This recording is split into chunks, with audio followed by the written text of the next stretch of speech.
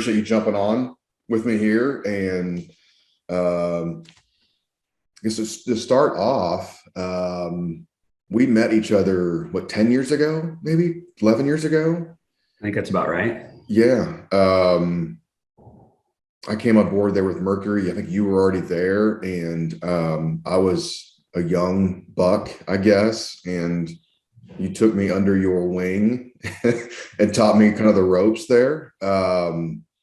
So first off, thank you. I think that set me off on a trajectory to do what I'm doing now. So thank you for all that as well. But one of the things I wanted to talk about, we chatted about this briefly, was one of the key things you taught me was the assisted sale model, and you have seemed to perfect that over the years. Can you kind of talk about a little bit about what you do and the assisted sale model and interacting with other advisors?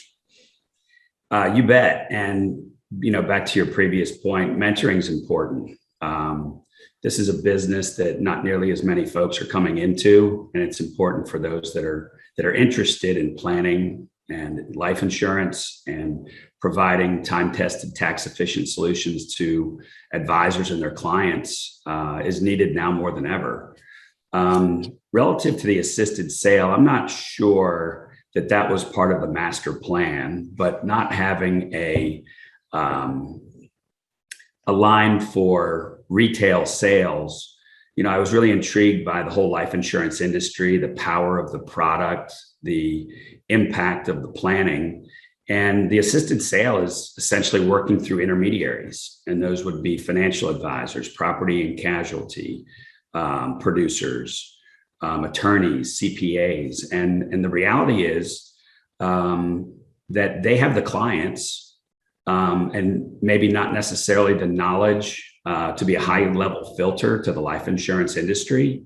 And then you combine that with the clients who maybe have a need or an appetite for more complex and perhaps a creative approach to how they could structure their insurance and their planning, whether it be for the simplest forms or debt and income replacement.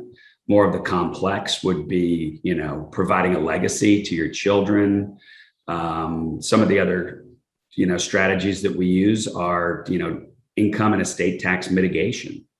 Life insurance is a very powerful product that really has a kind of a negative connotation relative to the industry and how it's treated clients in the past. But I think we've really looked at it quite a bit differently, that when we have those clients that are willing to give us their time and an ear to demonstrate, how it could impact their families, their partners, their business, whether it's personal, estate, or business continuity. I've taken the time to invest in myself, and that's really helped with this assisted sale. I've got the standard insurance designations of CLU, Chartered Life Underwriter, CHFC, Chartered Financial Consultant. And then I went ahead and added a couple to that, which have been very impactful and beneficial to the assisted sale model and the intermediaries, which is AEP, which is Accredited Estate Planner. And then lastly, a couple of years ago, I went out and got my CEPA, which is Certified Exit Planning Advisor. And that pertains to and works with business owners to help them understand this entity and enterprise that they've created that provides for their lifestyle and their families.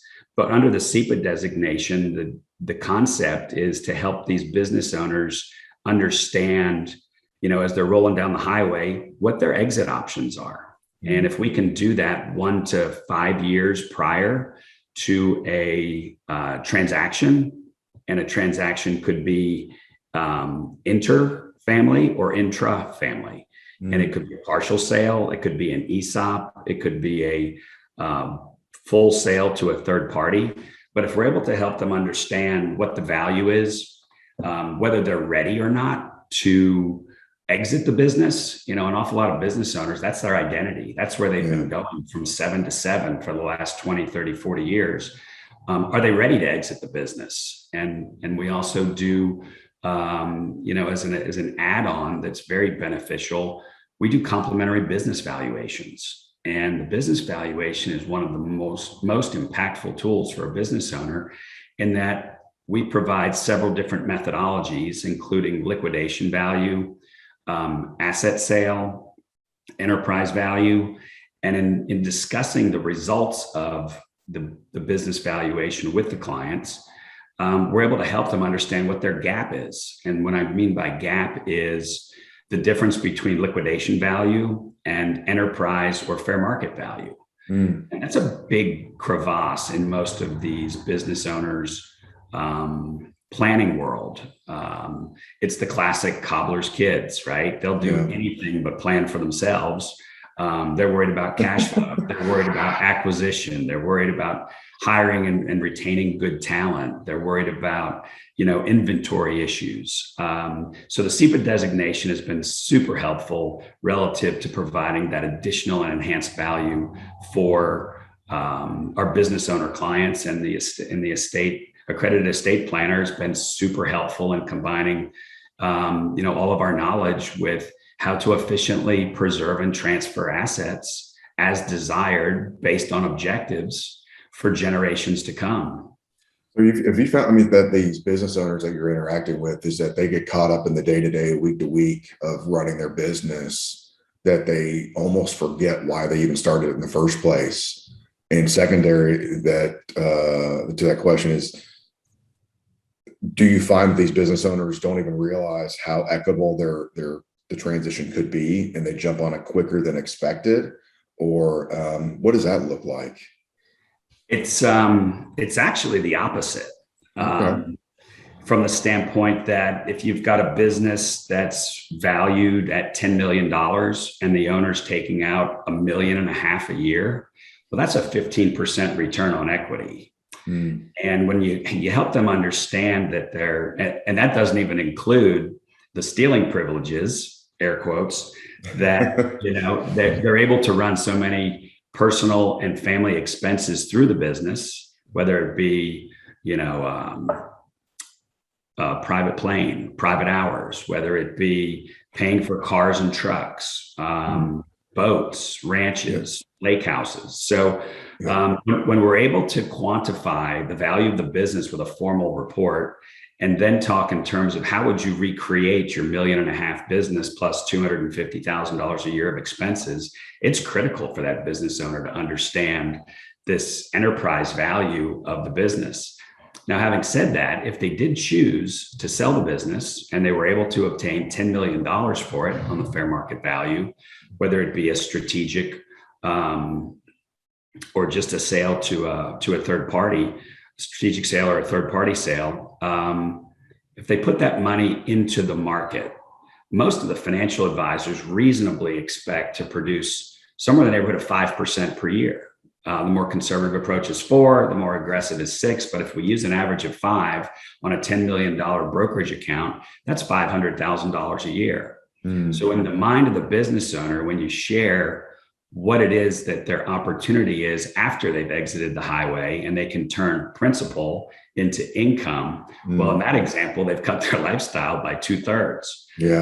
So therefore, it really comes full circle relative to, maybe now isn't the good time to be selling the business. And maybe I should give it another 5 or 10 years so that I can create significant assets utilizing business dollars outside of the business, so that they are able to retire at a similar lifestyle as they are.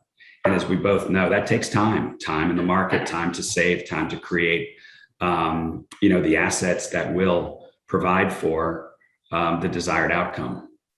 I mean, one of the things you mentioned earlier was the transition, via the sell of the business. Can you talk a little about the transition to maybe the business owner's son, or all of their kids, or whatever that scenario looks like? Does that come up often within that scenario? Yeah, I think there's a couple ways to consider that. So many business owners do bring family into the business. There's very much of a difference between somebody who starts a business and somebody who enters an existing business.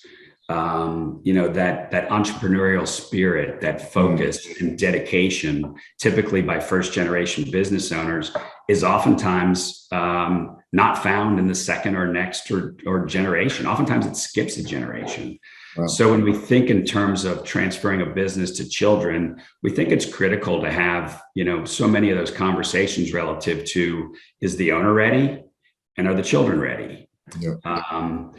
One of the forms of planning that we've done is, say we've got a $10 million business, we've got mom and dad who are going to move on and go off to their sunset. It's critical that they have the confidence that the business will continue to produce, so that the terms of the arrangement are financially beneficial to those who started it. So oftentimes what we highly recommend is that the next generation goes and gets some financing.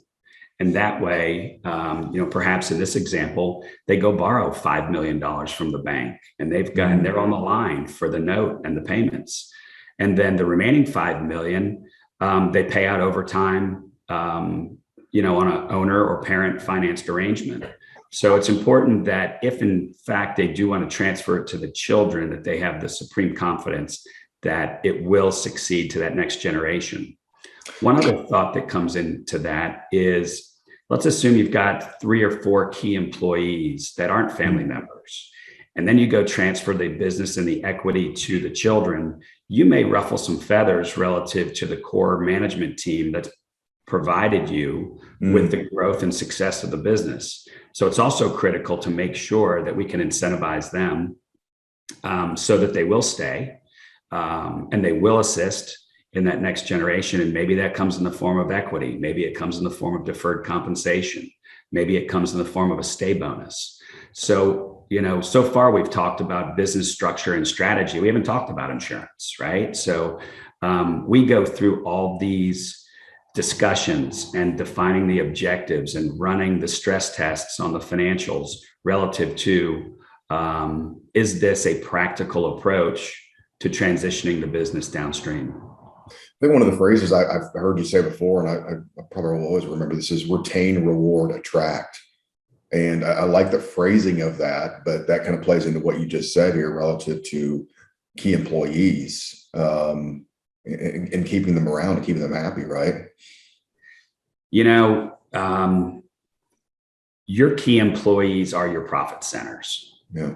It's not just the top salesman. It's not just the operations manager or the project manager. So when you think about what has helped create the value in a business, it would be short-sighted to overlook the value of your key folks. And putting in retention tools, as just discussed, are critical. And to give them something to continue to strive for and work for. Come in early, get your projects done on time, under budget, and produce the success. Why wouldn't an astute business owner put some plan in place where they allocate, I don't know, a rule of thumb that we often use is take 10% of their total compensation and put it away for them in some program, plan, and product, so that they have $1 million or $100,000 a year at retirement. That makes it very difficult for those key employees to stray, consider other opportunities, or to leave when they know that they're leaving quite a bit of money on the table that they've earned by their past and will continue to earn by their future efforts. Gotcha. Success stories. We've talked numerous times in the past about folks that you've worked with and some of the unique situations you've untangled and create some clarity for the client in situations. Any recent success stories to share? Yeah, you bet. So one of them, I've actually got 2 to share with you. One of them is in a family situation. It was an auto dealership, very successful, enterprise value of about $50 million. They have a $10 million piece of property that they lease back to the dealership. And we've got 4 children. We've got 2 sons that are active in the business. They want to take over the business and perpetuate the family legacy within the automotive dealership.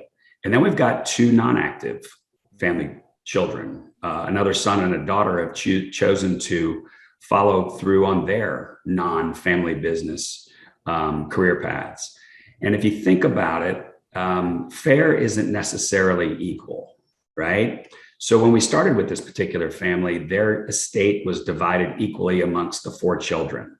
So if you can project forward 10, 20, 30 years, the business has been transferred to all 4 children by equity, yet only 2 are working in it. So right there, it creates conflict relative to the 2 that are working for the 2 that aren't working. That's And right. any distributions at the end of the year are spread equally. So when you think about growing and building a business, the active family members want to reinvest all proceeds back into the business, and the non-active want distributions. So what we were able to do in this particular case is to restructure the wills and trusts so that the business would pass down to the active children, and that we created a trust and put a $10 million policy for each of the 2 non-active children into that irrevocable life insurance trust. So at the end of time, each of the non-actives get some of the family possessions, non-business assets, and the 2 actives get the business to move forward. Now, how do you pay for that, right? So I mentioned earlier, we've got the dealership, and then we've got the real estate associated with the dealership. So what we did was we used the revenues from the real estate leaseback to fund the life insurance policies. Okay. So there we have that family enterprise of an auto dealership, and we were able to structure it in such a way without cutting the baby in half to provide for the active and the inactive, perpetuate the business, and provide family harmony. In all of our successes, we strive for an anti-conflict result, okay? Yep. Because without this type of planning, mom and dad both pass, and then you've got conflict between the active and the inactive. So, if I would lend one thought to this, that the planning that we do and the insurance we place oftentimes is more psychological than fiscal. So we practice fiscal psychology relative to accomplishing goals and objectives for an anti-conflict result. One other success story that we recently had, which was really just a great planning case, is 2 partners, unrelated, both 60 years old, had started a kind of a specialty construction business 20 years ago. They broke off of their previous firm, and they each put in $500,000, started this construction business. Well, turn the clock forward 20 years, and the business is valued at $33 million. Wow.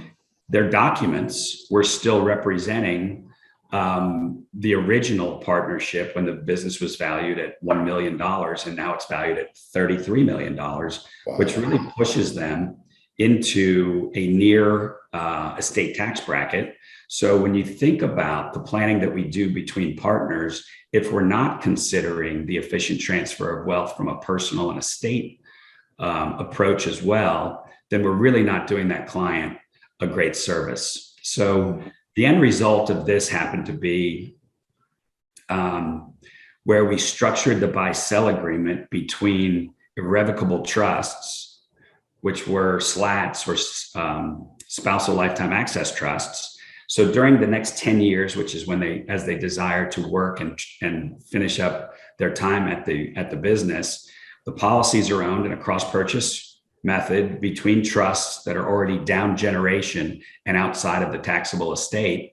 And assuming that both partners make it to 10 years, at that point, we're able to exchange like valued assets. And it was important to structure the insurance so that the cash value was very similar at the end of 10 years. And at the end of 10 years, they transferred the policies that they were utilizing on a cross-purchase format to each other's irrevocable trusts.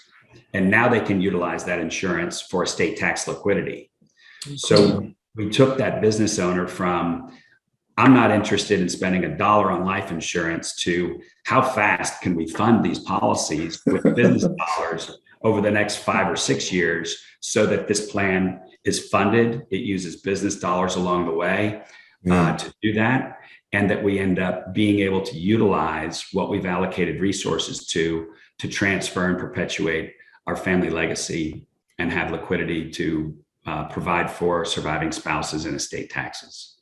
I think, one thing you kind of alluded there too is that a lot of folks don't understand the utility and the efficiency of the dollar when it comes to intergenerational transfer of wealth within a life insurance policy.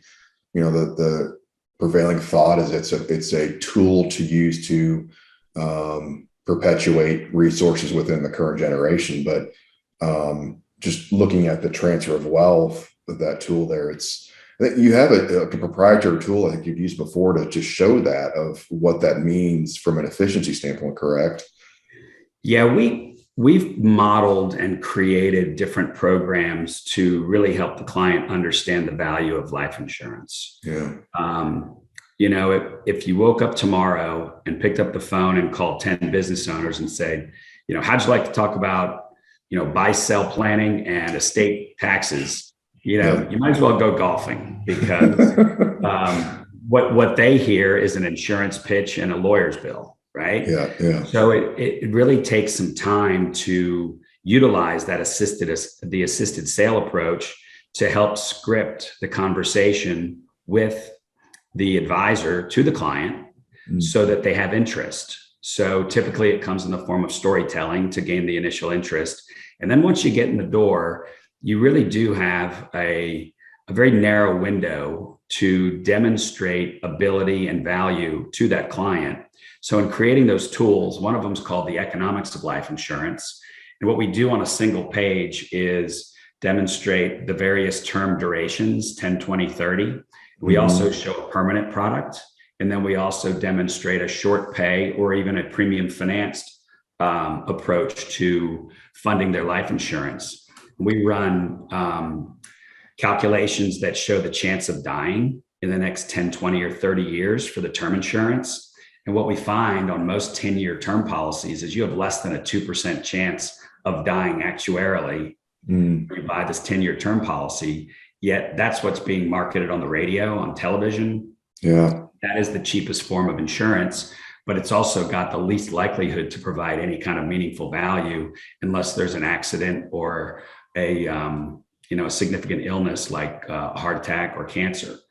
On the permanent policies, we then take the stream of payments and present value them back to today so that we show them, over the course of the 20 years of payments back to today, that typically at a 3 or 4% cost of funds, that the cost of buying the policy to gain a 100% chance of utilizing its benefits is typically in the 12 to 35% range. Wow. So if you could buy a house for 10 to 35% of its total value, you'd buy that all day, right? So that's where that economics of life insurance really comes in to show the short-sighted nature of buying term just to fill the gap that's probably not going to pay off. And that's an expense versus the asset of a permanent policy, utilizing, financial formulaic analysis to demonstrate what the true cost is of that insurance for them. The success in all of this comes from finding creative sources of funding. So whether it's on our previous example, utilizing the income from the real estate that's ancillary to the core business, maybe use a premium finance approach. Maybe there's an old asset out there that they're not utilizing. This is all dependent upon lifestyle and cash flow. So that's the economics of life insurance. We have two other tools that we've created over time. One is the legacy analysis system. And what we found was once clients get to a certain level of wealth, and oftentimes advised by their estate tax attorneys, they don't need to buy life insurance, or they're told they don't need to. So if we have a $50 million estate that's got a $10 million estate tax associated with it, those children are going to end up with $40 million. And hopefully it's structured properly with some generation skipping language in there, so it goes multiple generation. But there you have a smart investor, executive, or business owner that has left a $10 million liability on their balance sheet.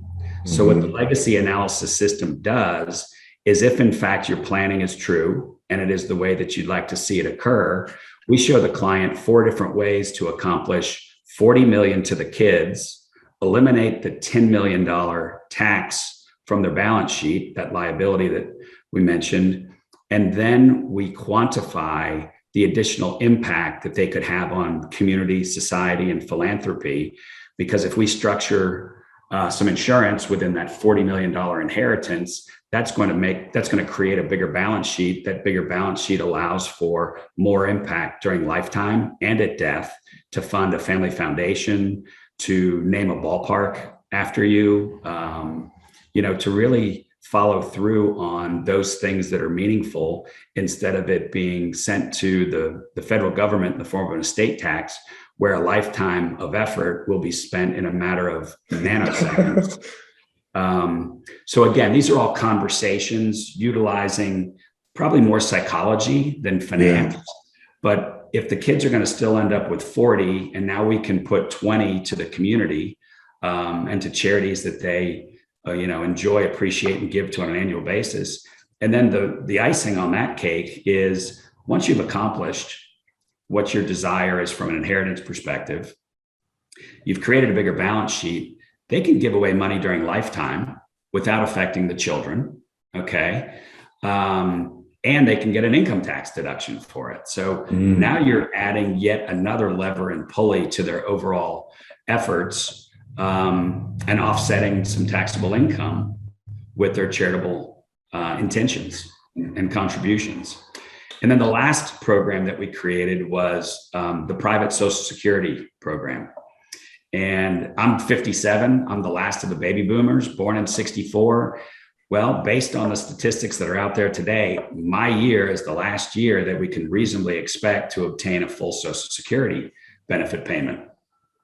In talking with Gary King, who's a professor at Harvard University and one of the most foremost authorities on social financing, i.e. Social Security, Medicare, Medicaid, he believes that there will be means-based testing for anybody past the baby boomer generation. So therefore, if you have any source of funds, savings, or income, you're going to be needs-based tested as to whether or not you get a piece of the Social Security benefit that you've paid into every year at 7.25% if you're an employee, and 14.5% if you're an employer, that you've funded over your lifetime. So the private Social Security program takes into account the family dynamics. The parents, generation one, typically in their 70s or 80s. The children, generation two, in their late 40s and 50s, generation three, in their 20s, early 30s, and generation four, where there's 5 grandchildren and 5 that have yet to be born. And we put to that what they would reasonably expect to get out of the Social Security system and the general cost of medical coverage over their lifetimes. We aggregate that stream of payments, net present value it back to today, and then present to generation one what they would have to allocate out of their estate just to create the basic social safety net, and then roll through 4 or 5 options that they have in order to recreate a pot trust that will benefit the next 3 generations of family members to reproduce what the government has provided in the past that's going to be unable and unaffordable to do going forward. It almost sounds like a better Social Security system than what our government provides us.